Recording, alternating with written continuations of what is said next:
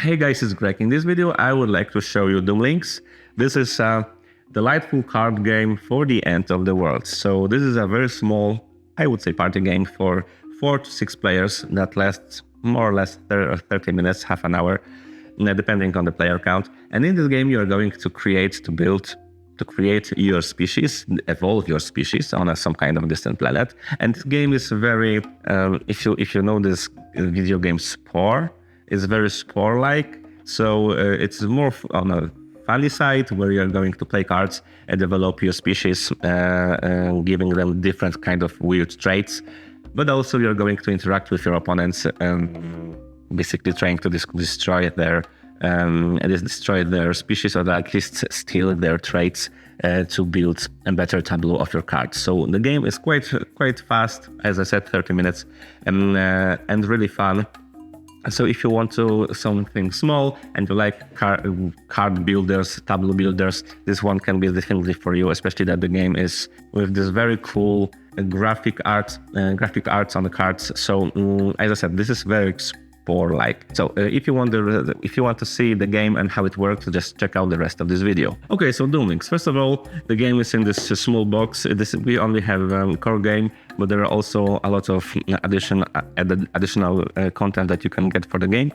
And the game is for 2 to 6 players. The game lasts about 20 to 40 minutes, depending on the player count. The more the better, honestly, because the more players means the more cards are in play, and the game is basically about playing cards. There's a thick stack of trade cards, and yeah, the game is about cards and those skills on the cards. But before that, I want to show you other components of the game. I mean, other cards. So when you're going to prepare the game, when you're going to create this stack of ages, so using those cards of ages, those cards are basically events, and in the game you're going to have a maximum of 12, I think, rounds. In each round you're going to discover one of those cards, and when you're preparing this stack of ages, those ages that are going to pass by, in the stack you're going to find those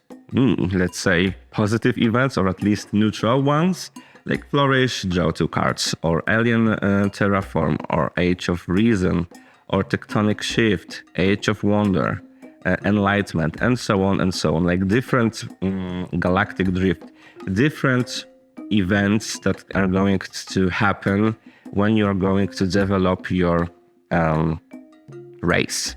Those are, like, let's say, not negative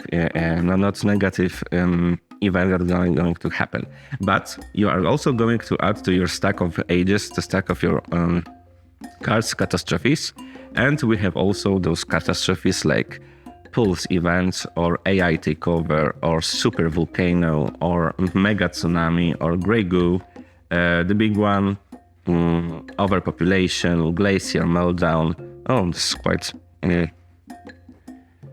happening right now. Solar flare, nuclear winter, and so on, ice age. Those catastrophes, mass extinction, those catastrophes are going to be added to the deck. There's going to be 3 of them, and depending on which of those catastrophes is revealed, something different happened. If it's the first or second catastrophe, you are just reading those white texts.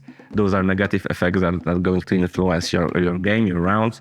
But when it's going to be the third catastrophe, the world ends, and you're going to read this yellow text that is going to modify the game at the end of it. So those are the catastrophes, and right now in here I have this deck that shows you prepare the deck of those events. So you have the first card, the birth of life. So somewhere in a world, somewhere in the universe, there is a planet where the birth of life happens. Set your gene pool to 5 and play 1 trait each round. Stabilize to end your turn. So this is the first thing that is going to happen, and then something else. This is catastrophic because you are going to add them randomly. So that happened.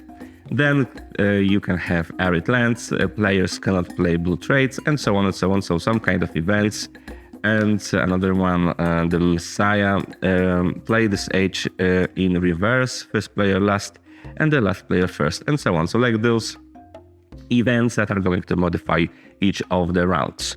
And this is your deck. You are going to reveal each of them at the beginning of each round.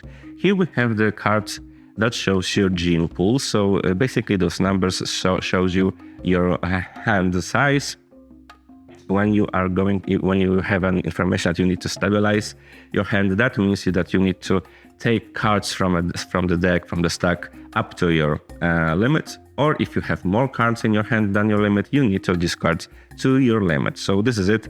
And those cards are basically just to inform you how big is your gene pool. So how many trade cards, how many cards in general you can have in your hand. So this is the purpose of those cards. And there is 6 of them for each player. Now we have this trade cards, the trade deck, and basically this is the core of the game because in here we have like example of starting hand. So we have 5 cards.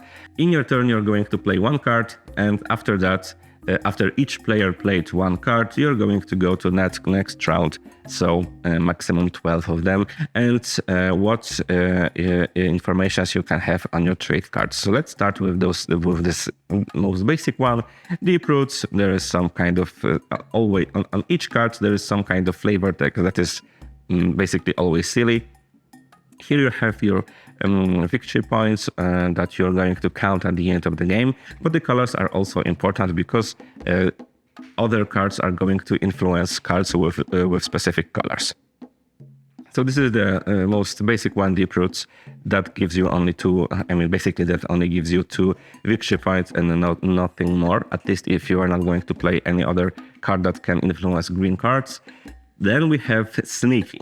Again, 2 victory points, and at the world's end, so when the game ends, basically you may play sneaky from your hand. This symbol informs you that this card can be played out of your turn. So you just need to keep it in your hand, and basically you are going to get extra 2 victory points for free if you are going to keep this card in your hand till the end of the game. Then we have spiny, don't pet my fish, 1 victory point, and this is it. Then we have costly signaling, -2 points. Return an opponent's trade to their hand, play another trade. So there is also negative information, negative interaction in this game, and that's why you have negative points. But this symbol also means that this card action only occurs when played from your hand. So when you play this card, you are going to also use this ability that is on the bottom. And next card is with the star. So those are dominant traits that you can incorporate into your species, and those you only can have 2 dominants, and after that nothing more can happen. So if you will get 3rd one that is more fitting to your strategy or to your cards, well, it's a bummer because you cannot play it. So dominant card, you can only have 2 of them in your gene pool. This one is going to give you 4 points, and at world's end, choose color. Opponents discard 1 trait of that color from their trait pile at random. So another negative interaction. And also I would like to show you more of those cards to give you the feeling of what you can expect from the game. So stone, skin, 2 points, and that's it. Territorial, all opponents discard 1 red trait from their trait pile. Fire skin, 3 points. Impatience, steal 2 random cards from an opponent's hand. Play an action from an opponent's trait pile. Inventive, saliva, +1 gene pool, so this is how you're increasing your hand size. Just, +1 gene pool again.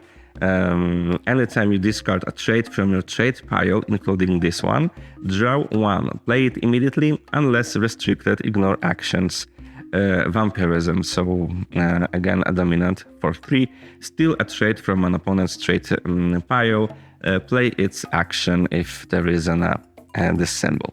Altruistic, value is equal to the size of your gene pool. So as you can see, those cards are going to interact.